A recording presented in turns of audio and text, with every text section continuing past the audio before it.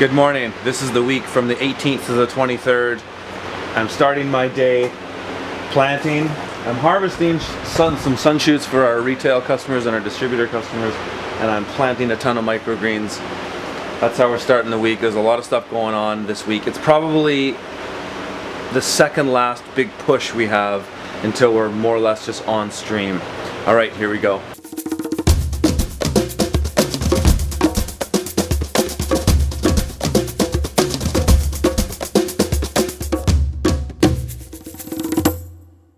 Before I can plant my microgreens today, I'm out here just screening some soil through here. This is a potting soil we use for our microgreens. It's an organic peat and vermiculite based mix, and that's what we use for planting micros. I'm here at one of my biorotation plots, or my biorotation plot, we only have one, and I'm going to do some planting here, finish transplanting. These beds were tarped for the winter, so you can see there's barely any weeds in there. Some of the perennial weeds like the horsetail is still in there, so that stuff's kind of been here for a while. It doesn't really interfere with our crops that much, so I'm not really that worried about it. And these beds were prepped and tarped for a couple weeks, 3 weeks to be exact, and I see a little bit of weed germination in here, so I'm going to flame weed them, and I'm actually going to do it. I'm gonna do it with my little hand weeder. I just do this, use this one. We bring it with us kind of whenever we're doing some prep at some place. If we don't want to haul the big flame weed around, we'll just use this one and kind of move it over the beds and spot flame weed it, and it works great. If we're gonna do a lot of flame weeding in a day, then I prefer to have the big torch with us, but this one is just sort of a emergency flame weeder, if you will. So checking in on our kale that we transplanted a couple weeks ago, it's doing pretty well.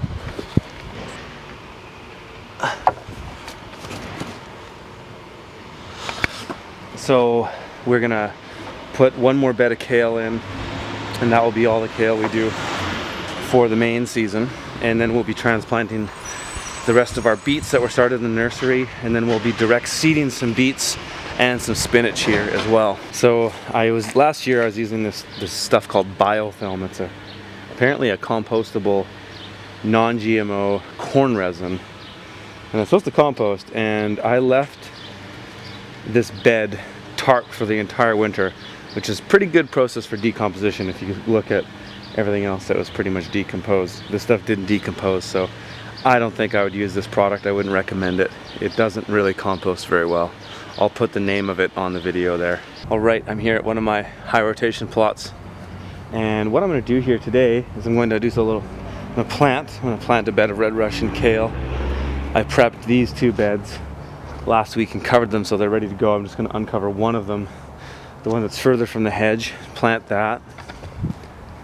And then what I'm going to do is I'm going to uncover these guys now, because they're doing real good. And if I keep them covered much longer, they might get too mature too fast. I'd say they're about 85% maturity right now, and even at this moment I could do a thin harvesting in there, which I'm going to do tomorrow. But I actually want to slow them down a bit now, so I'm going to take that tunnel, move it over next door here, speed these guys up, and also take this tunnel off, which is the same crops as well. And I'm not going to put it anywhere else. I might actually take it to another plot. Alright, today is Tuesday, and I'm going to go and harvest the first of our radishes for the season. Mark is at our biorotation plot. He's planting the rest of the beets, and he's also harvesting what needs to be harvested for the week at that plot. Generally, the idea for us with the biorotation plot is it's the furthest in our network. We want to get everything done in the week there at once, so we only have to go there once. Unfortunately, we didn't get done everything yesterday there, so Mark had to go back, but that should be it for the week, and we won't have to go back there. Everything else we'll be doing this week will be in our high rotation plots, which are within the inner core area of our farm network. I'm also just changing the blade on my greens harvester. I find in order for this tool to be effective, you got to change the blade or sharpen the blade fairly often. I change it or sharpen it 3 times this season. You'll start to notice that it'll start pushing greens over and you won't be getting clean cuts. So I'm changing it for the first time this season. I'm here harvesting some radishes, so this is just for one customer today. I'll be back here on Thursday to harvest more for some of the other restaurant orders and perhaps some for the market. But right now I'm going to go through and do a bit of thin harvesting because they're not all fully mature, and this is usually something that we do a lot of in the spring, whereas in the summer it's more they're all ready at once and we can just crop them out. Alright, I'm here washing some radishes, and for this particular customer we're keeping the greens on, so I've just pulled them out of the ground and laid them in sort of a nice order that they're easy just to take from, and I'm just kind of eyeballing bunches so I know how much to pack into a case. Here at one of our high rotation plots, putting up some insect netting today on our radishes and our turnips, and we found a little cat hanging out here who looks kind of stray. He looks kind of starved actually, but I think he's probably a good hunter. And you know what I'm realizing is he smells the rat shit that was on those on those tunnels. So that's what he smells, the rat, and so that's good. This cat is filling an ecological niche in our neighborhood, and he'll hopefully solve any mouse or rat problems that we had. We last year, I don't know if you recall, I had some video, one of my videos talking about a marmot that we had here, and I was trying to trap him to no avail, and actually trapped the neighbor's cat. It was a live trap though, it didn't hurt the cat, but it was something that had to be done, and the only way I actually caught him in the end was to borrow one of my farmer friend's pellet gun and get him that way, and I did get him. So he's not here any longer, which is great, but this cat is kind of hanging around. Happy to have this cat along. But some news on this plot, we've had some water pressure issues here, and I think it's because our landowner has changed something with the water pressure, so that's become a bit of a problem that we're gonna have to fix. And you'll notice one of our neighbors, Leroy, over there mowing his lawn. I had to give him a little friendly nudge to be like, hey Leroy, your lawn is about to explode with dandelions, and he was like, oh okay, so I'll go and mow it. So, and I actually did this the other day. I mowed my neighbor's lawn right across the street from me because it was about to explode in dandelions. And it's something that you never think that you're actually going to have to do when you get into urban farming, is that you're going to be mowing people's lawns.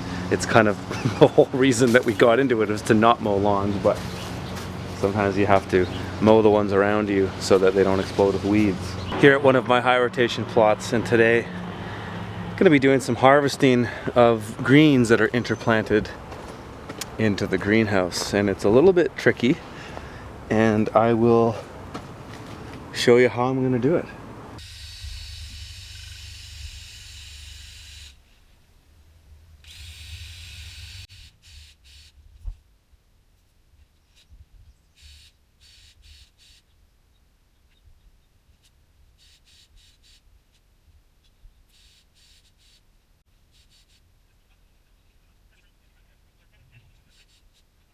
So that was a pretty good haul.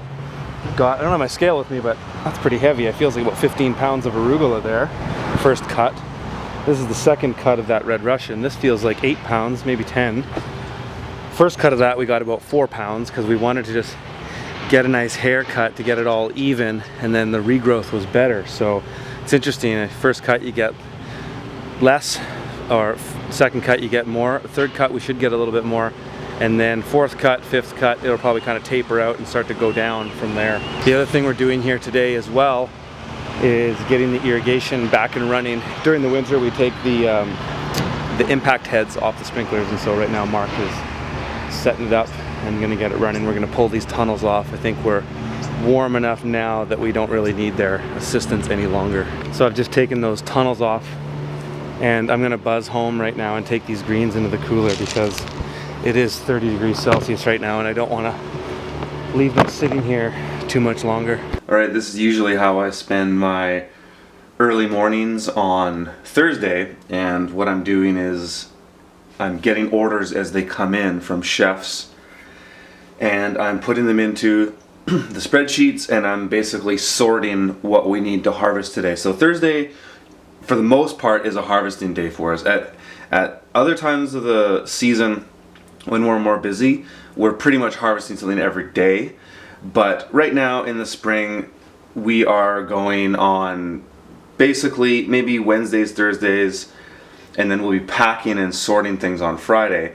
This week we're just going to be harvesting everything on Thursday for our Saturday market and Friday deliveries. Mind you, we are always harvesting in a way every day of the week in some way or another, because we are doing our our distributor and grocer customers that we do on Mondays and Tuesdays. So in a way we always are harvesting every day, but for the sake of the Saturday farmers market and the Friday restaurant deliveries, I'm getting those orders in now.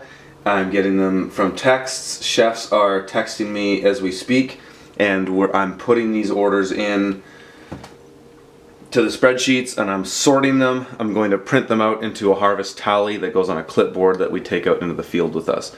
If you want more info about how I do that, I have a series of videos that I've put up on my website. If you go to theurbanfarmer.co/book, there's a thing called the digital tools package, or you can bundle it with my book. I've got a series of videos that explain how I do all this. It's about an hour long. It's like a workshop of how I sort orders.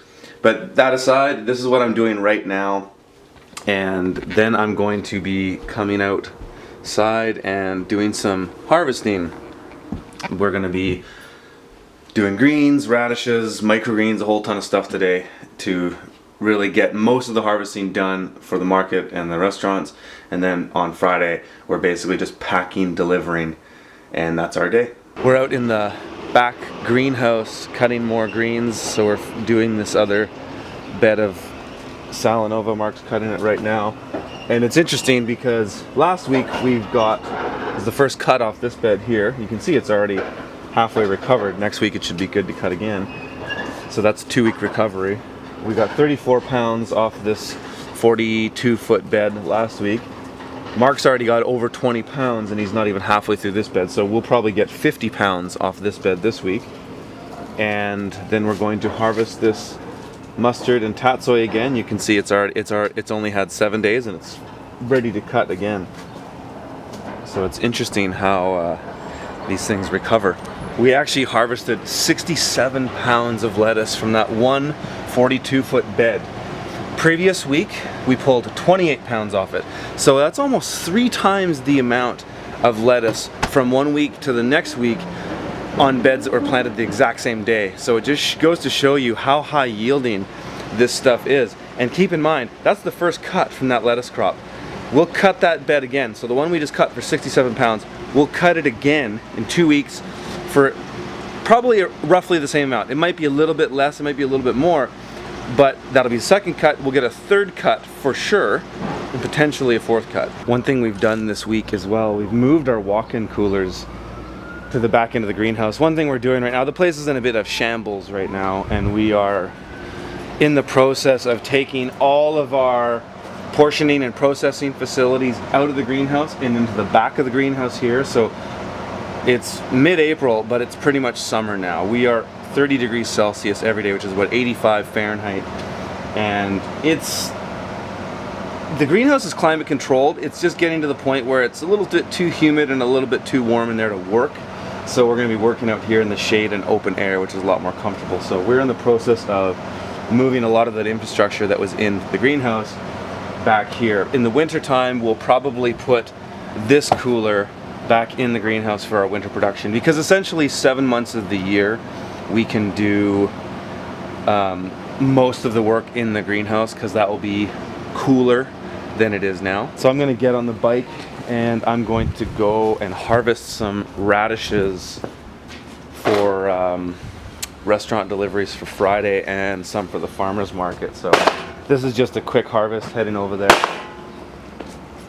get maybe 30 pounds of radishes, and then I'll be heading back, and then the rest of the day will be spent here harvesting what's left in the back of the greenhouse and portioning and packing stuff. All right, back here at one of my urban plots, and I'm here to harvest radishes. So that's my main objective, but I also wanted to show you guys something we're doing here. Is these are goji berries. I transplanted these 2 years ago, and they're fruiting like crazy last summer, which they'll do again. But we are going to do some cloning of these, or propagating. So we're going to cut off some of the new shoots, the green stuff here, put some rooting hormone in it, pot them up, and then we're going to do a lot more of these goji berries. It's not really for production, it's more just for my own garden. I'm going to plant a ton of goji berries around the side of my property because I love them, and I'm going to freeze them. And yeah, then I'm going to harvest some radishes, and then I'll be back at my main plot to wash all this stuff. So I'm back from my harvesting of radishes at the moment, and the first thing I do when I come back is the product will go in the cooler, but first of all, I'm just going to put some water on it just to get the field heat off it. I'll let it drip dry short for a little bit, put it in the shade, and then they'll go in the cooler, and then they'll later be washed. Right, so I'm packing some radishes right now, and these are all for restaurants. Generally, when we sell to restaurants, we sell things in case lot amounts, meaning that there's a preset amount, just like a bag at the farmer's market, a 4-ounce bag of salad greens at the farmer's market. When we do radishes for restaurants, we sell them in a 6-pound case bag, so they're $25 bags. And we have the greens removed except a little bit, which chefs often like to have a little bit of the green on there. So that's why we've left it. So I'm just packing these up into bags, weighing them on my scale, putting it through here it's my twist tie essentially. And that's how we're doing radishes right now for restaurants. All right, so I'm just kind of working in shambles new packing area that we're in construction of. I'm just packing up, I just wanted to show you guys this. I'm packing up. This is one restaurant order, 20 pounds of salad mix. These totes, this is all finished stuff, you can see. So that is lettuce, tatsoi, it's like 4 lettuces, tatsoi, mustard, some arugula, and some red Russian kale. I'm packing that all into big boxes. So some of our restaurants get 10-pound boxes, they get a better price because of that. And this is kind of ideal, this is the kind of customers we try to get more of because they want to move volume. And you know, when you're starting out, it's harder to engage customers like that, but after 7 years of doing this, you know, we're a little bit more comfortable with our production and can handle customers like that. And so it's really great because so far this year, I mean, the season has been early, we're really warm, and our sales are up. We're up 56% this year than the last year, and last year was my best year of farming ever, so we're up 56% from that. That's pretty good. So anyways, just wanted to share that with you guys. I'm going to pack this order and keep on cranking. Alright, so that's one restaurant order. 2 10-pound boxes of spring mix. We use these, they're kind of like garbage bags, just a big plastic bag to put into the cardboard box. So we use just these they're all certified organic, recycled wax cardboard boxes. We get them from the back of one of the grocery stores that we sell to.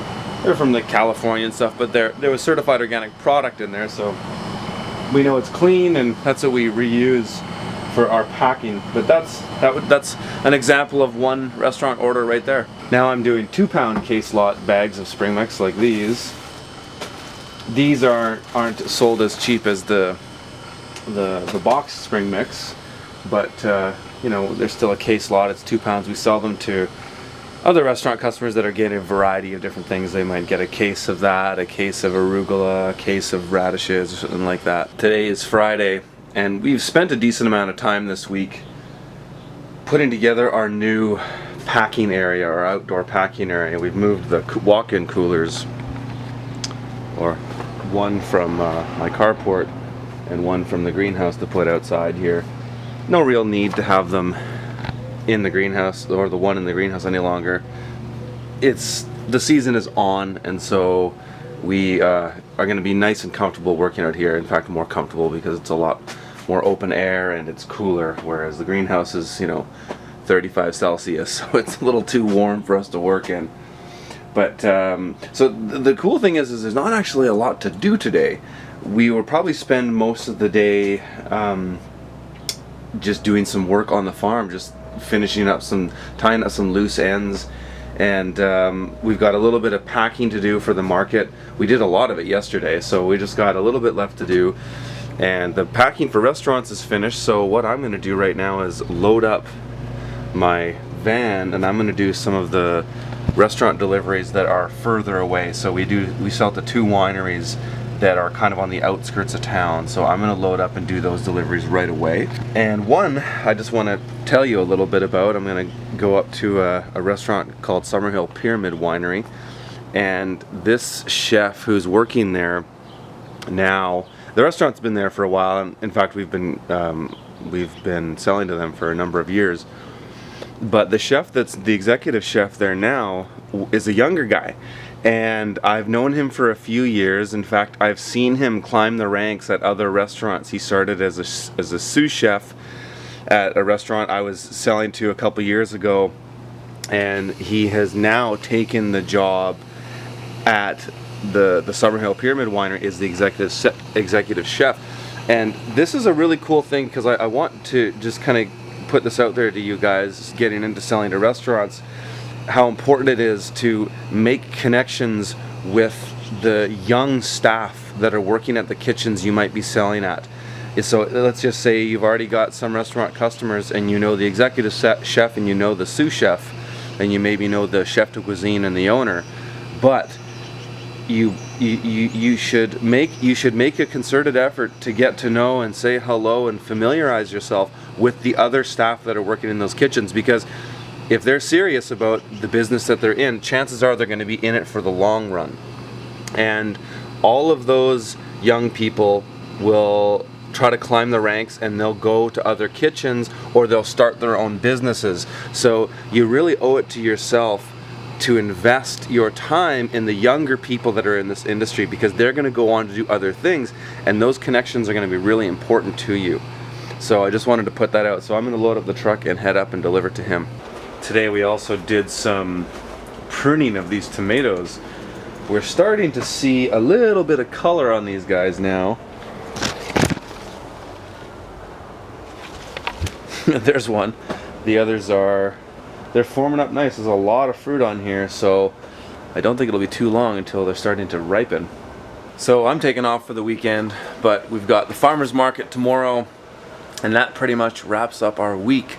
So I hope you guys have been finding these videos helpful. If so, please hit the subscribe button right now and like and share them with your friends. Alright, thanks for watching.